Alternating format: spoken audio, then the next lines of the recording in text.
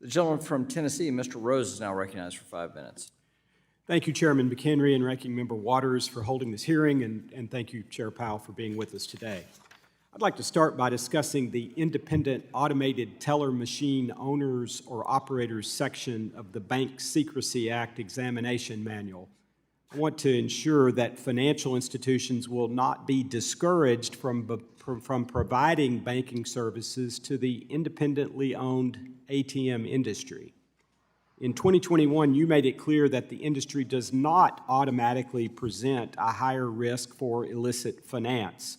I'd like to know what efforts have been made by the Federal Reserve to fully communicate that position to financial institutions across the country.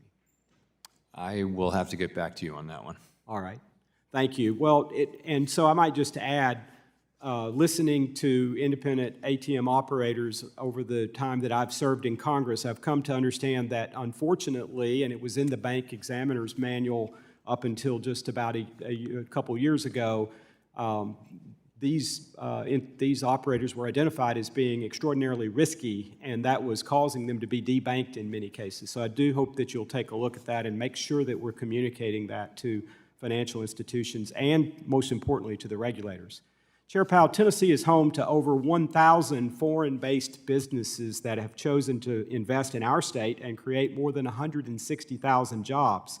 These jobs are reliant upon cross-border financing provided by global banks, including foreign banking organizations. The Federal Reserve has long maintained the principles of national treatment and equality of competitive opportunity when regulating foreign banks and assessing them based on their U.S. operations. Are you still committed to these principles?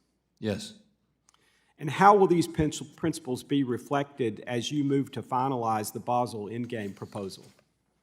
So we have received a whole separate set of comments from the foreign banks, and we'll look at those, very much in that spirit and make appropriate changes.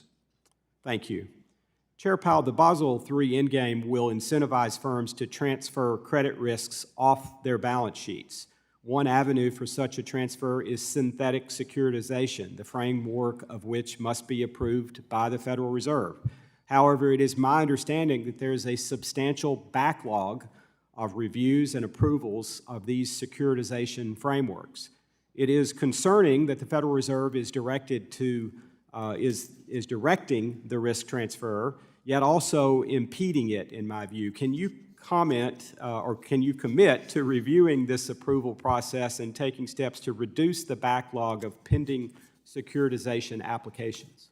So as I understand it, these transactions are becoming popular right now. There's a lot of appetite to do them, and we're not stopping them. We're just being careful because there were similar things that happened about credit risk transfer during the global financial crisis that didn't actually work out. So we want to make sure that these structures really do actually durably transfer, and we think that they do, but we just need to be careful because the last experience with these was difficult back in the last crisis. So it's just something that we're not intending to slow these down, and I think we'll try to get through it.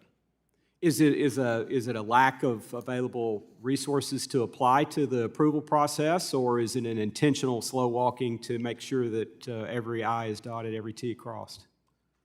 I don't actually know, but I do. What I heard was, what I have been told is, we're not stopping these, but we're going to be careful with them and just be absolutely careful that they really do transfer credit risk in a durable, kind of sustained way. And that's the thing. And I don't think it's an intention to go slow or to have a backlog. It's just, and so I don't know what the staffing issue is. We'll check. All right, thank you. As the Federal Reserve continues to consider proposals designed and debated in Europe, such as Basel III, has the Federal Reserve's Supervisory Climate Committee or the Financial Stability Committee had any discussions regarding the adoption of ESG risks in capital requirements? I don't know. Has there been any discussion in other committees regarding the adoption of ESG risks in capital requirements? Any discussion, I really don't know. Let me say that's not something we're considering, but when you ask me any discussion, I don't know. It's not a priority in capital requirements. To put it mildly, yeah. Okay. Thank you. I see my time is running out. I appreciate your your answers and any further light you can shed on those matters, I'd appreciate. I yield back, Mr. Chairman. The gentleman from Illinois